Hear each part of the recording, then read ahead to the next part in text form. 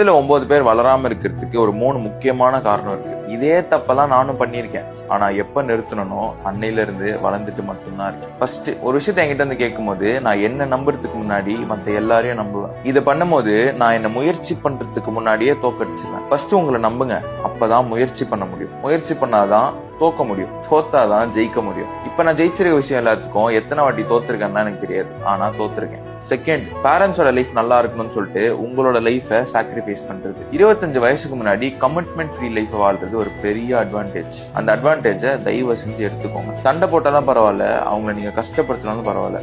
Do it for your self. Time போக போக அவங்களே புரிஞ்சுப்பாங்க. மூணாவது, என்னை சுத்தி இருக்கிறவங்க என்ன சேஃபா வாழ வைக்க ட்ரை பண்ணாங்க. ஆனா சேஃபா வாழ்றது மூலியமா வர கஷ்டங்களை யாருமே எனக்கு சொல்லி தரல. சேஃபா வாழ்றது ஒரு பஸ்ல போற மாதிரி. எப்பவுமே உங்க சீட்டுக்கு ஒரு 10 பேர் சண்டை போடுவாங்க. நீங்க எப்ப ரிஸ்க் எடுக்க ஆரம்பிக்கிறீங்களோ உங்க சீட்டு காலியாவே தான் இருக்கும். ஆனா நீங்க வர வரைக்கும் அந்த சீட்ல யாருமே உட்கார மாட்டாங்க. நான் சொன்ன எல்லாத்தையுமே 20 30 வயசுக்கு